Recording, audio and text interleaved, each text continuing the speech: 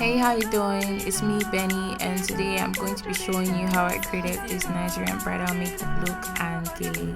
So without wasting any time, let's just get into it. First, for a little skin prep, I'm going in with some lip balm to keep her lips moisturized throughout the makeup. Then I'm spraying a hydrating spray, and then I'm going in with a moisturizer. This one is from Kiehls. I'm just blending that into her skin with the MAC 159 brush. Then I'm applying a mattifying primer on her brows so that it stay in place. I'm brushing it through. That one is from Becca. Then I'm going in with foundation, which as you can see is such a perfect match to her skin. This one is from Black Opal. I'm not sure, but I think I mixed two shades to get this perfect shade. I'm just blending it in with a Cosette foundation brush. Just blending it into her skin and her forehead, and making sure that it just sinks in and looks like skin. It just melts into the moisturizer, as you can see. Then I'm going in with a darker cream foundation and that same foundation brush just to contour her cheek slightly, nothing too harsh, just very softly, almost like creating a shadow. I'm going across her jawline as well with that. Then I'm going with that same shade to contour her nose. I'm using the blending brush that comes with the ABH shadows. That's what this is. I'm just blending it down the bridge of her nose and under the tip, just under the tip, to lift her nose slightly. Then using that same MAC 159 brush, I'm going in with the highlight shade under her eye and on her chin, making sure to stay just within the region of her eye.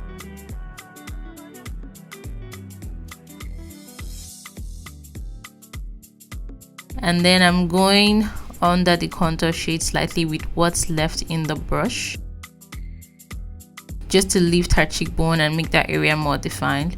Then I'm going right in the center of her nose with that shade as well. It's so beautiful the way everything comes together flawlessly. Next, I'm going to use this tiny makeup sponge. I think this one is from Nuban Beauty, and I'm just going to blend in the cream highlight under her eyes with that, just making sure to reach into the corners and slightly blend that outwards so that it lifts her eyes at the sides. Then I'm going in with a proper full-size beauty blender just to sink everything, make sure press all the product into her skin effortlessly. After which I go back in with that smaller blending sponge and some liquid illuminator just on the high points of her cheekbone, and applying that onto her collarbone and shoulders as well. I followed that with an illuminating spray on her body, and then I set her under eye using the RCMA translucent no color powder to set her entire face, all the places that are likely to crease first, and then I set all over the face using a larger face brush.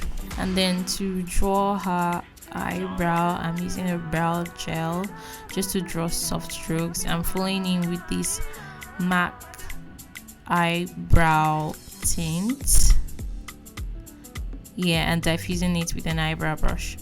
Next, I'm highlighting underneath her brows with a highlight shade, and I'm setting it with the same RCMA powder I used on her face as well.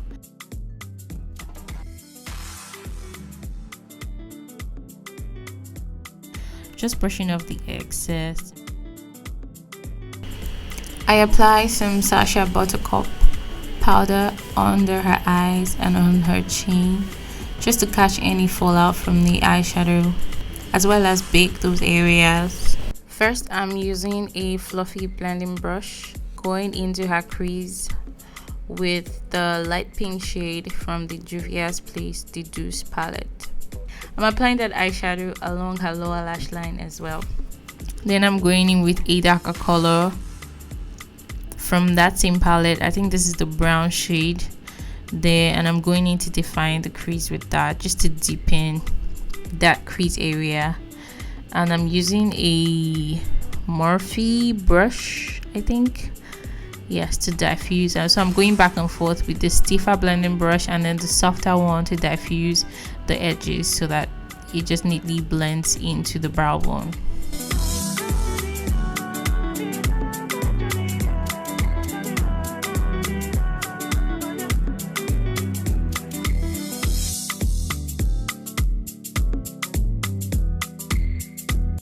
Then I'm going in with that dark shadow across her lower lash line as well. So I wanted the eyes to look deeper. That's why I went in more seriously with a darker eyeshadow, just to intensify that crease because it wasn't dark enough for me. Because we want it to be glam at the same time, pretty natural. Then I'm going in with this MAC paint pot to cut her crease. I'm applying a light shadow from the Huda Beauty Mauve Obsessions palette on her lid first, and then I'm following with a pink that is in between that color that's on her crease and the first color we placed on her lid, so that it just goes together in a gradient. Then I'm placing some chunky glitters. It creates dimension without actually looking very busy. It's all very natural but glam at the same time. Then I'm going to tight line with her eyes closed because she couldn't keep them open. So it's very important that your client stays comfortable throughout the whole process. Next, I'm going in with eyeliner, some gel eyeliner on the top, and then mascara before I put on this pair of lashes. We just immediately opened up her eye. I'm going in with that same black gel liner on her lower lash line as well. Then I'm going back in to set the entire face and brush off the excess powder that was left on the face. As you can see, her entire face looks matte, but then the highlight on the cheek is still peeking through. I'm just going to resurrect that contour using this really nice contour shade. I can't remember what it is, but I'm going to link it in the description box below. I'm going to keep all the details there, and I'm resurrecting her contour as well, so it's all coming back to life.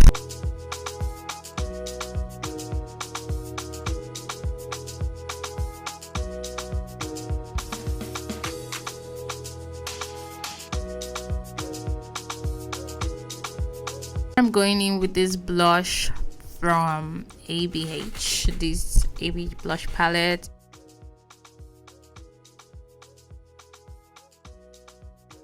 I set her entire face with the MAC Fix Plus. Then I'm going in with this loose highlight from Artist Couture. I think it's called Sugar Daddy. Oh my gosh, I love this highlighter. So I'm mixing that up with the Amrezy highlighter from ABH just to give it a little bit more warmth towards the temples.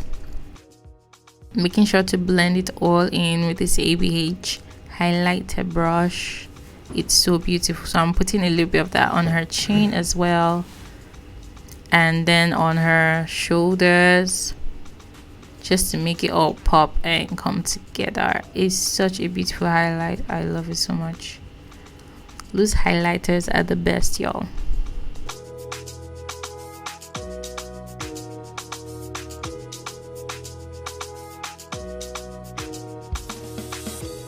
I'm going in to pop that to elongate her nose as well, especially the tip, so it looks upturned. Then I'm going in to line her lip with this Zaron brown lip pencil first. Then I'm going in with a nude color. This is a very cool nude. It's not pink at all. It's very, very neutral. I love it. I'm just blending it in with the pencil using a blending brush. I could have left it matte, but I wanted just a little bit more, you know, oomph. So I decided to go in with a gloss. It's such a pretty pink, but it's very sheer, and then it has this little gold specks in it. It's beautiful, especially in person. It's not quite coming across in camera, but it's such a beautiful gloss. It doesn't mess with the color that's underneath. At the same time, is such a pretty topper.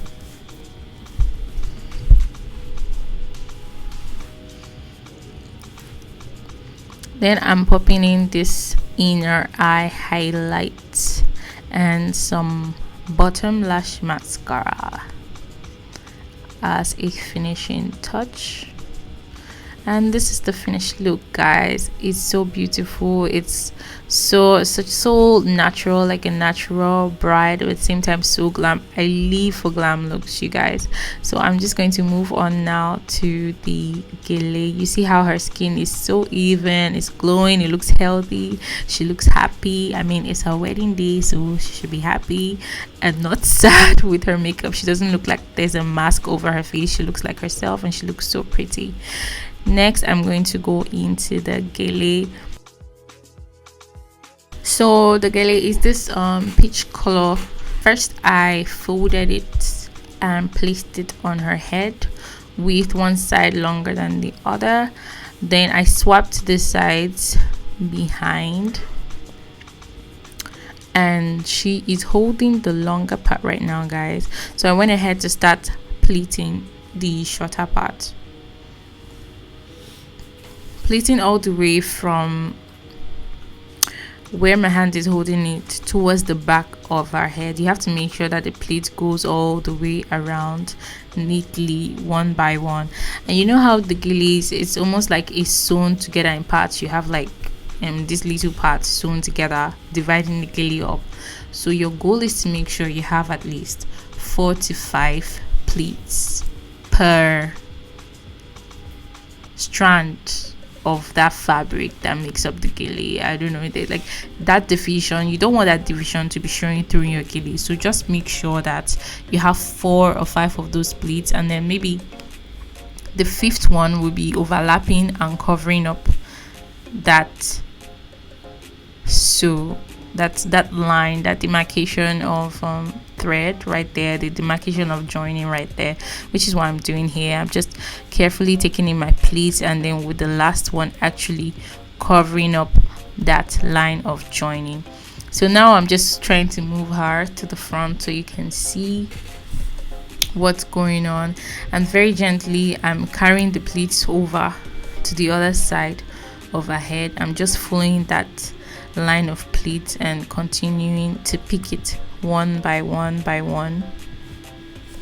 I had difficulty, guys. Like, it was so difficult trying to make sure that you guys were seeing what's going on, because I wanted to make sure I filmed every bit of it while still making sure that the Gele came out great and came out all right.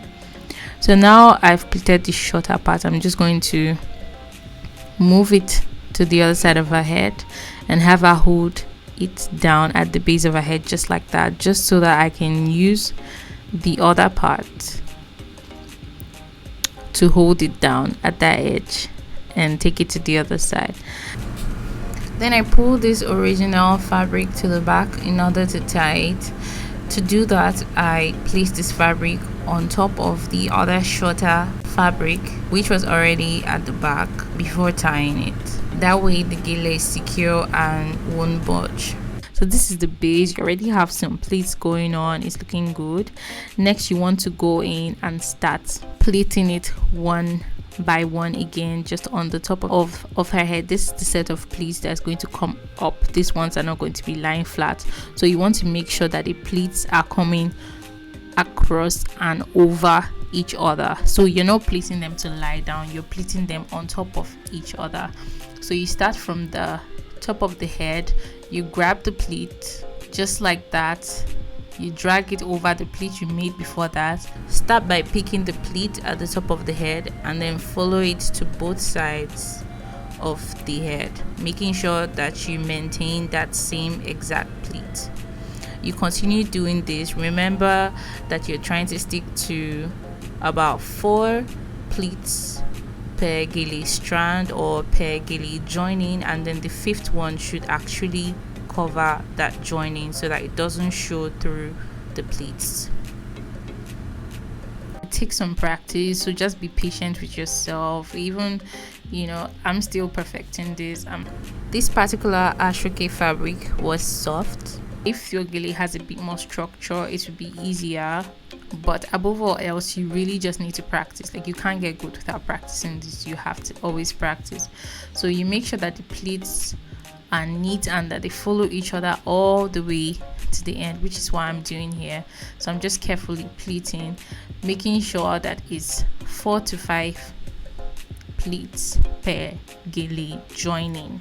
You have to make sure that the pleats don't disappear on you along the way, which is what I'm doing now, which is I'm going in because the gele is quite loose. I'm going in at the sides to pick each pleat to make sure that each pleat follows itself all across the head to the other side.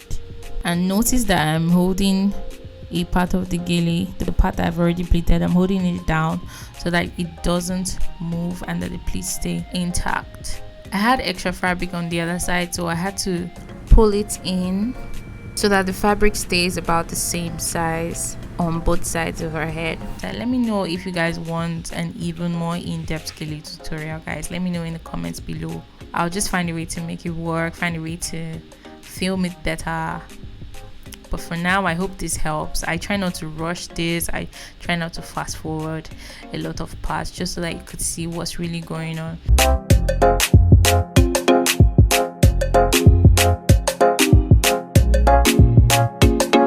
Then I'm going behind as well to make sure I get those pleats right. If you get them right from the back and they look good, then you're sure that it's going to look good in the front as well.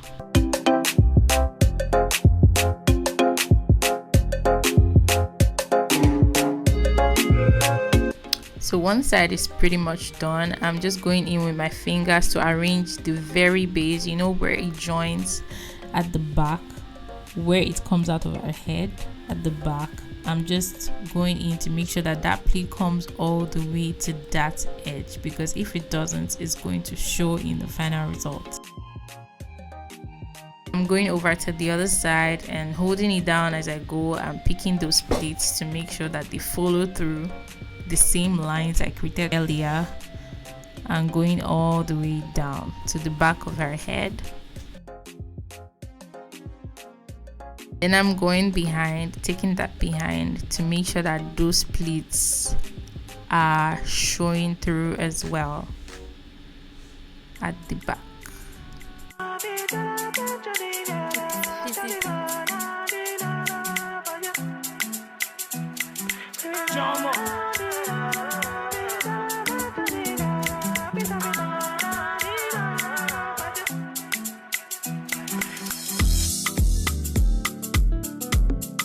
So back to the front, I am carving out those pleats for a final touch, making sure that both sides look as even as possible.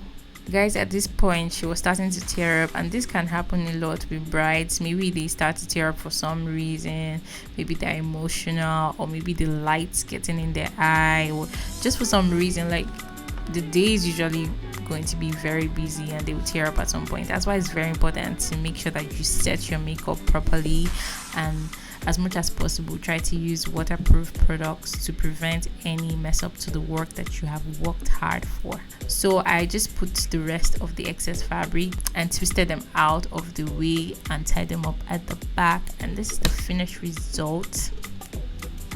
I hope you guys like it. I hope you guys like the color combo. I hope you like the makeup look, and let me know what you think below in the comments, and let me know what you would like to see more of in the comments below. Let me know what kind of tutorials you would like to see. I'm back for good, guys, and I'm not flaking out on you again. And subscribe for more content, guys, and don't forget to turn on the notifications. See you next time. Bye. So like next, amazing. Everybody's so right now, so no, there we go. Nasty one. Oh my god. Hey. This had the address. Piano Judy. Adaline beauty. You lost.